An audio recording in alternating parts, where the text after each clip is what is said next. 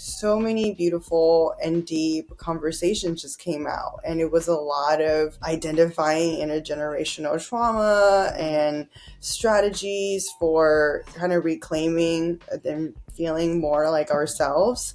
I think having cannabis as the background to these conversations, it just immediately lowered the ego and opened out the vulnerability.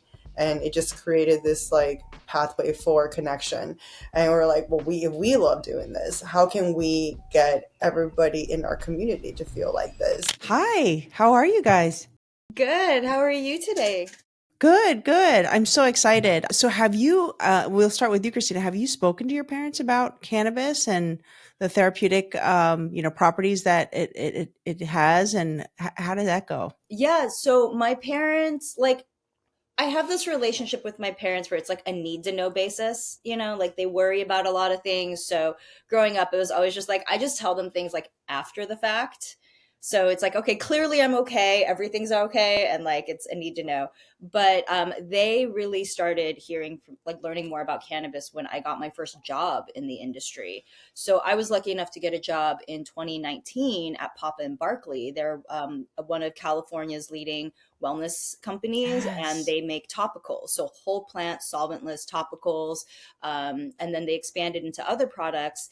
But that was a really great entry for my parents, and that this is when like California was legal, so this is a legal company, legal cannabis, making wellness products that helped people. And it was very easy for them to understand, even though they didn't like the idea of cannabis because of their own stigma and concerns and worries that it was like an illegal drug. And how would that affect me or my future, my career? But like they ultimately did understand that, like Tiger Balm, like was it Bakfayao? It's like oils that are supposed to be like healing. And so when I showed them the product, I was like, here, look, here's the balm. Like my mom was like, like they didn't want to like even touch it. Like they were scared to even touch it, look at it. And she took it, but like didn't touch it for years. And then one day she came to me and she was like, do you have any more? And like the jar was empty, and it was because she had hurt her wrist. And so she ran out of all of the other stuff they usually have. And so she tried it because that was what was around. And she was like, oh, it worked.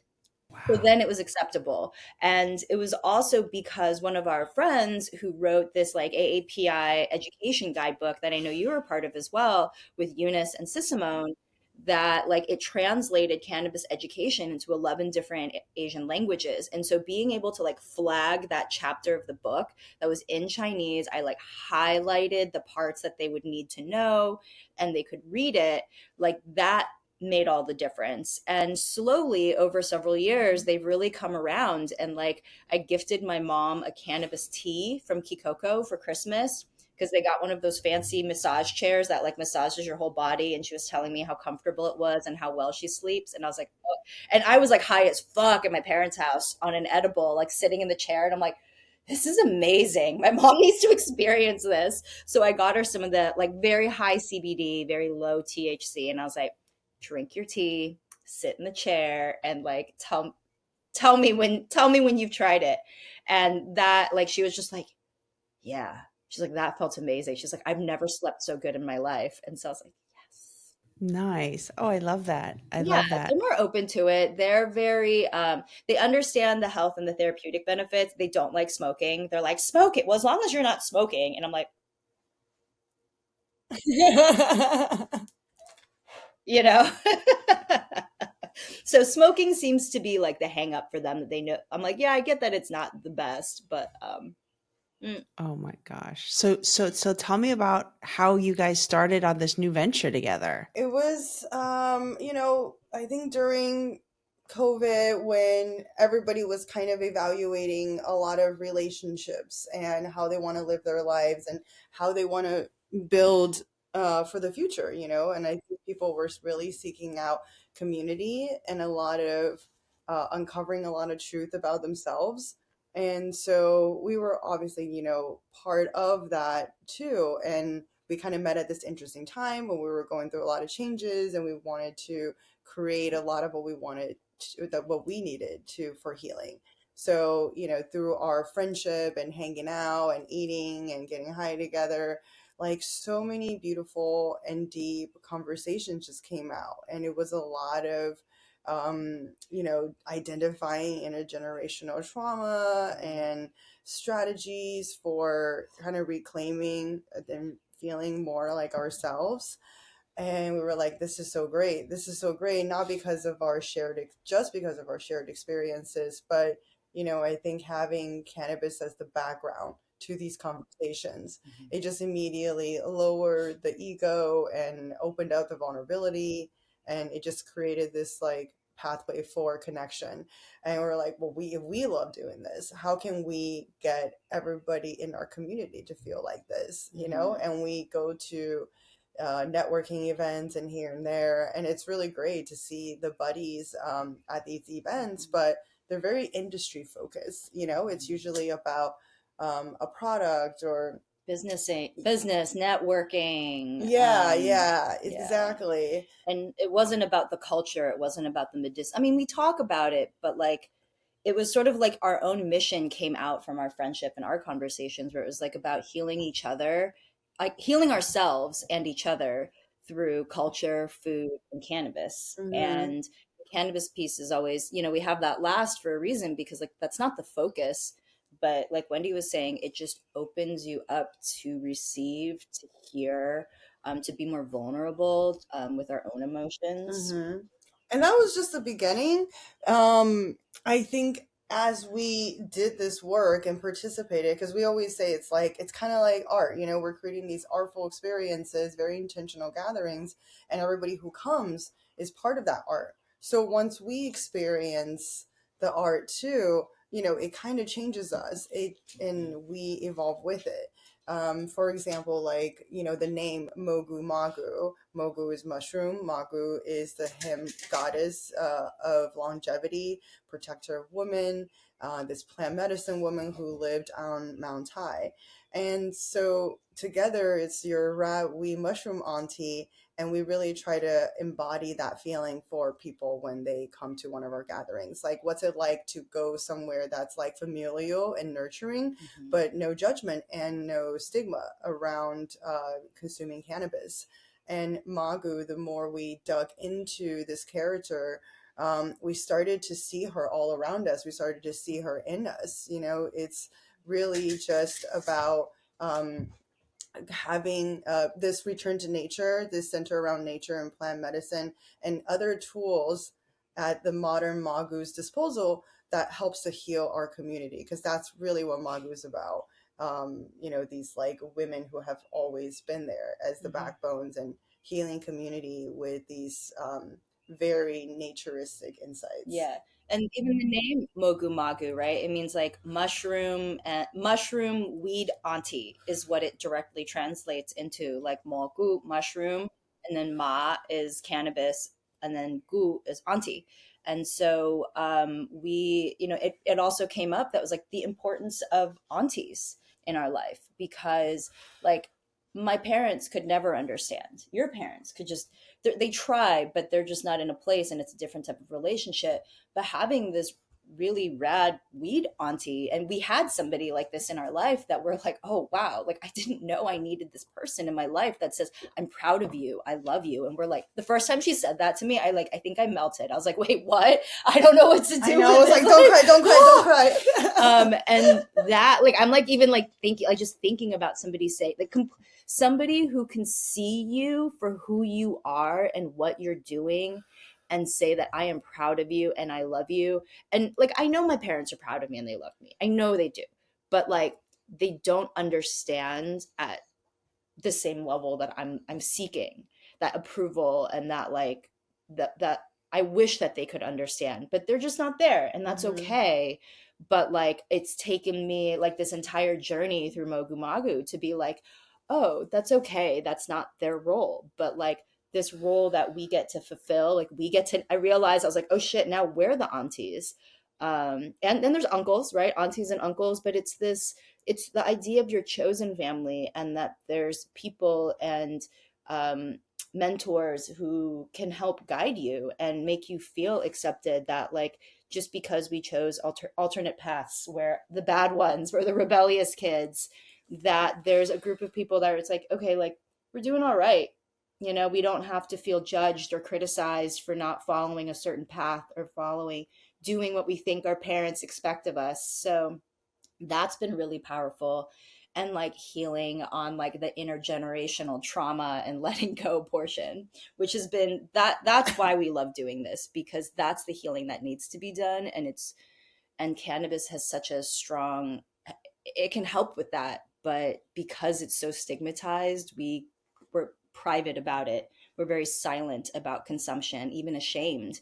And so we try to create these gatherings, experiences, content, imagery to be able to create these new associations. That's fantastic. And Wendy, how did you approach your parents about the topic of cannabis? How did that come about for you, especially growing up in China? Say for me, I'm first generation, my parents are from Hong Kong, but it's a little bit easier because we're more American. But for you coming from China, how did that transition, how did that go? So I was born like 2 weeks after the Tiananmen Square massacre, So just imagining, like, I always have to put that in perspective too, of like what my mom must have felt like in those moments, of like being your late 20s and you see like what happens to young people who speak up.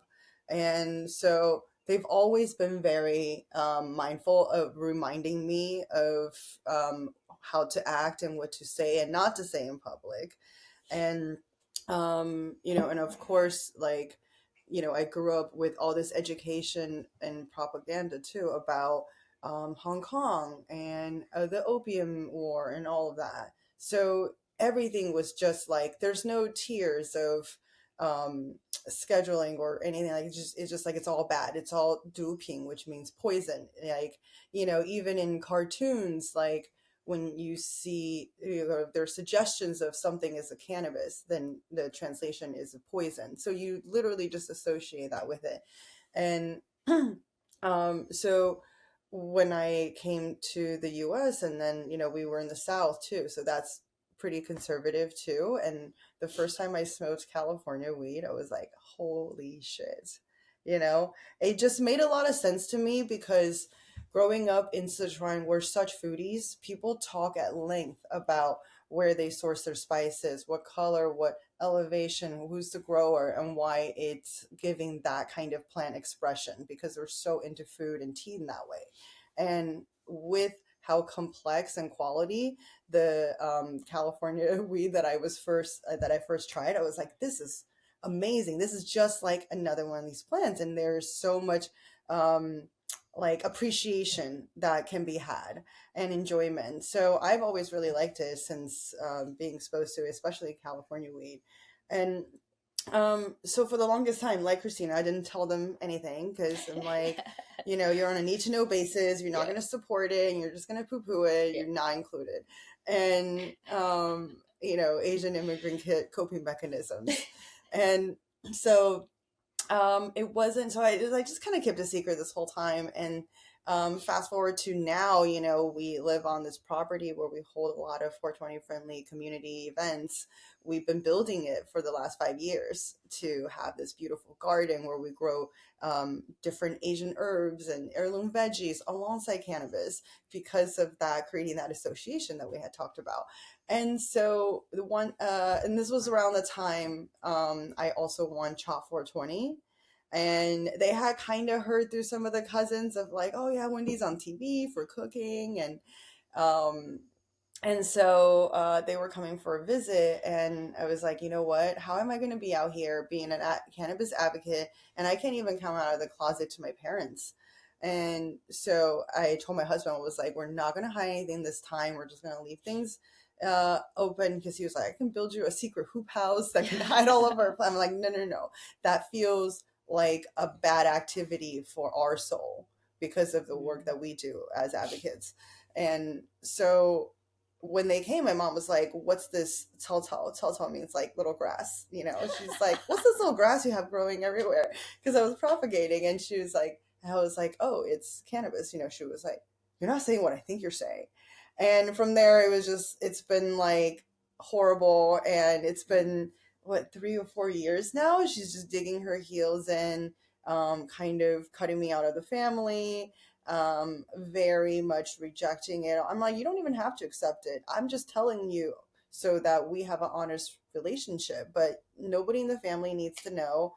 Um, and yeah, so it's been horrible on my mom front, but my dad, he witnessed this whole thing go down, and later on he came up to me and was like, hey, I don't know much about it, but from when you guys were arguing, I was my dad's like such a scientist's mind, and so he's like, while you guys were arguing, I looked up all these papers and research from all these universities, and I don't think it's really that bad. He's like, I don't really know how to support you in this because am I need to do more research, but I don't. He just felt bad that what went down my mom, so he wants to support. And I was like, well, there is something you can support me in. There's this project that my friends are doing, translating cannabis education to Asian languages. So the book that Christina was referring to earlier, me and my dad actually worked on the Chinese section. Yeah. And so when she told me that story of sharing with her parents, I was like, oh my gosh, how full circle. Wow, that's amazing. Their relationship helped me be able to open up and start to heal my relationship with my parents, which was huge. And like it was also really cool because we hosted this salon. We did this whole project exploring who is Magu through art, through ancient art and art history, and then we kind of presented what we were sharing in like a spoken like presentation at like the salon, and it was called Magu Magic. And her dad happened to come and he was staying that weekend, and so he came to the event, and like there was full on consumption. We had friends with mooncakes that were passed, like infused mooncakes, and I knew her story, and so to watch her dad sit in the audience and listen to Wendy just share all of this information and present and stand in her power and be this really bold leader, like I could see how proud of her he was just sitting there in awe. And but he did end up trying a mooncake because everybody was so kind. Everyone was so Yeah. kind because he was like, they were like, oh, the VIP uncle, like we got to make him, he sits front and center, give him all the goodies. He got too many goodies. Yeah. And he accidentally ate a mooncake, and yeah. And so what happened? He didn't feel good, or no, so the mooncakes, how mooncakes are supposed to be in quadrants and you're supposed to share it. yeah. So they had dosed it at 40 milligrams, thinking that people were going to cut into quarters and you're just having 10 milligrams, per serving, or you can, go up as you want. And so, it looks so innocent and familiar to my dad, who is Chinese. It's like, oh, a little mooncake, that can't hurt anybody. And we were supposed to go out for Thai food afterwards, and he's sitting in the back seat and he's like, oh, Wendy, I don't know, I can't feel my arm. and I was like, did you eat anything? And he like denied eating anything. I was like, did you eat anything outside of what I gave you?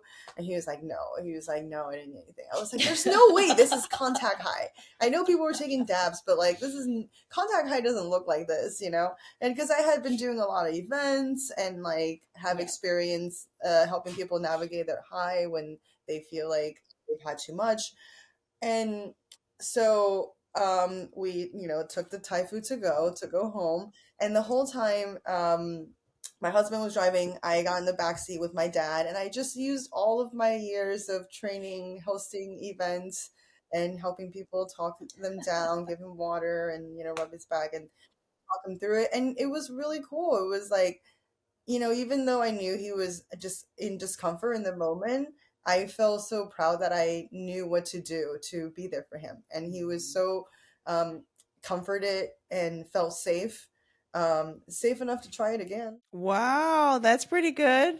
And where was your mom? Was your mom in town as well? No. So he secretly comes over to visit when she's out of town. Okay, so they still live in China. No, they live in Memphis. Oh, they live in Memphis. Okay. So they're like assimilated. They're here. So they know what's going on with the laws. Memphis is very different than LA when it comes to cannabis acceptance. Yeah. Okay, got it, got it. Oh my gosh. And how old is your dad? Almost 65, 63, maybe. Okay, so he's young. So it wasn't like a terrible, like he was still able to ambulate and Oh yeah, no, he was fine. We got him home. He dove into bed and was like, "Yes, yes, yes, yes, yes." He was just like, "This is where I wanted to be." And the next day, he sent me a selfie from the plane because he was flying back home, and he just looked so happy and high and like cheesing on the plane. And every day he texts me his update, like, "Today I feel less high," because edibles, when you have 40 milligrams. I told him, I was like, "Dad, you're an influencer without even trying to be," because I told our friends who make those, I was like, "You guys really should make microdose, beginner Yeah. friendly Asian edibles too." And now they have these lightweight Pockies. They're so good. They're like 1 milligram per stick, and they're just, Hmm. it was like, this is great. Now, Yeah. something for everybody. Hmm. that is amazing. Our whole experience and just the community and the gatherings we've built. So we always call ourselves the bad Asians, and we always seeking out other bad Asians. You're like, oh, it's this comforting feeling. And so for 420 weekend, we're hosting a comedy and tasting show with Jenny Yang called Bad Asians. I love that. But one of the things we were saying, we're like, did you disappoint your parents because you became a comedian or a creative instead of being a doctor, lawyer, or engineer? But I was curious actually to hear from you, Dr. Shin. Like, so you are a doctor and in cannabis. So how did that She's play so out with bad, your she's family? good. Oh my gosh, I know. I kept this a secret from my parents for over 10 years. So I just told them that I was a pain doctor. So there was, and I was in the Bay Area, when I learned about this, right? I was working with HIV and AIDS patients. This is in the late 90s, early 2000s. And then when I was doing residency, she had asked me like, well, what are you specializing in? Are you going to be a neurosurgeon? Are you going to be an ER doctor? Are you going to be? And I said, no, I'm just a pain specialist. I just help people manage their pain naturally. And that's really the only thing I had said about it. And because I knew that I would probably be disowned. The stigma is real, and they taught me that cannabis caused schizophrenia. And when I moved back to New York, about 10 years ago now, New York was just legalizing. New York was just legalizing, and I was front and center. I was one of the first physicians to be certified, and I opened up a practice in Chinatown.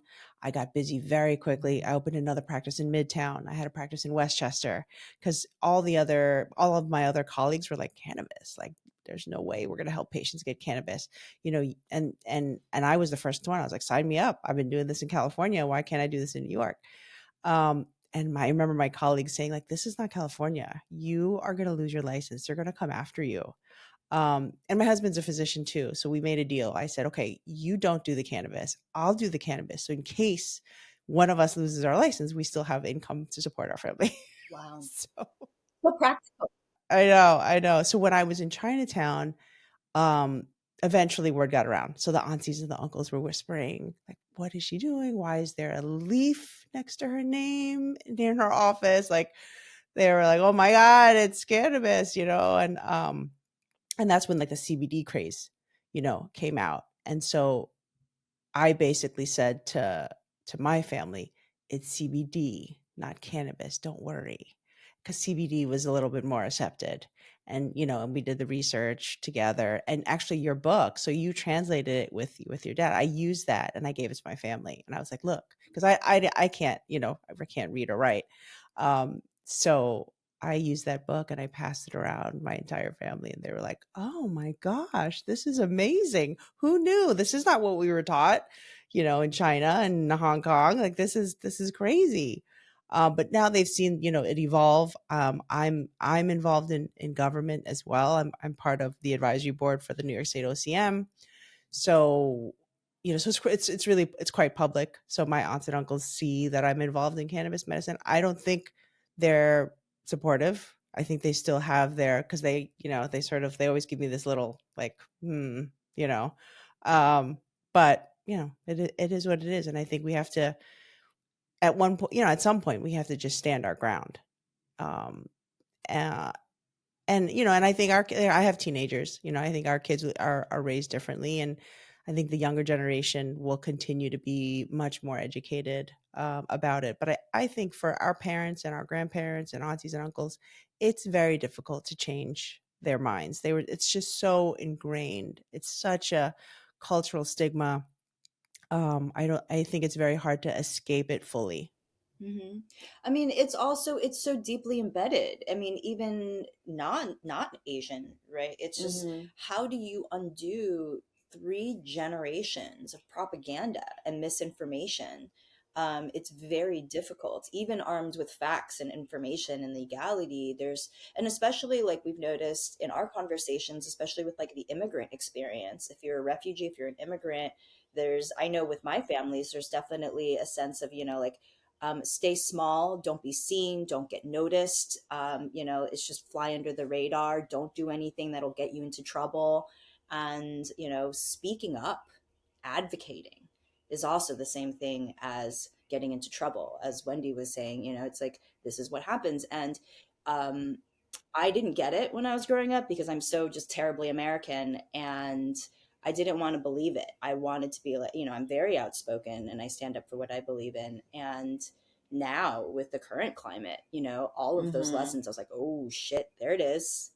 So it's, while I don't believe in it and I think it sucks, but it's just like, oh, this is what my parents are talking Yeah, I about. mean the risks are real, right? And I think that's Hmm. so cool what you and your husband negotiated so that you can take these risks. It does take people doing those kind of calculated risks for us to push legislation along, push for more reform and for increased education. My dad was when he came back with the draft of the translations, he was like, I did my best and I did a lot of research and editing it and stuff. He was like, but I don't think it's like perfect. I don't think it's as good as it can be because so many of these concepts and words that you show me in English does not exist in Chinese. So when you don't have the tools, you don't have the language, because language is a tool for us to share information and knowledge, and we don't have that. Like, you don't have those tools to create this framework, and all you're left with these like emotional like associations and fear-based Hmm. associations to it, and your identity is so attached to those fear and Hmm. protection, so it's just really hard to move forward when you're That's interesting you say that because when, in speaking to my family about it, they feel much more comfortable, using the word hemp and using the Chinese word for hemp than for marijuana. And they'll always say, my daughter's in the hemp industry. It's hemp medicine. It's not like marijuana medicine. And they realize it is the same, but just those differences in characters and pronunciation and the feeling behind those characters is very different. It's the optics. What will Yeah, people think of me if right. it's that.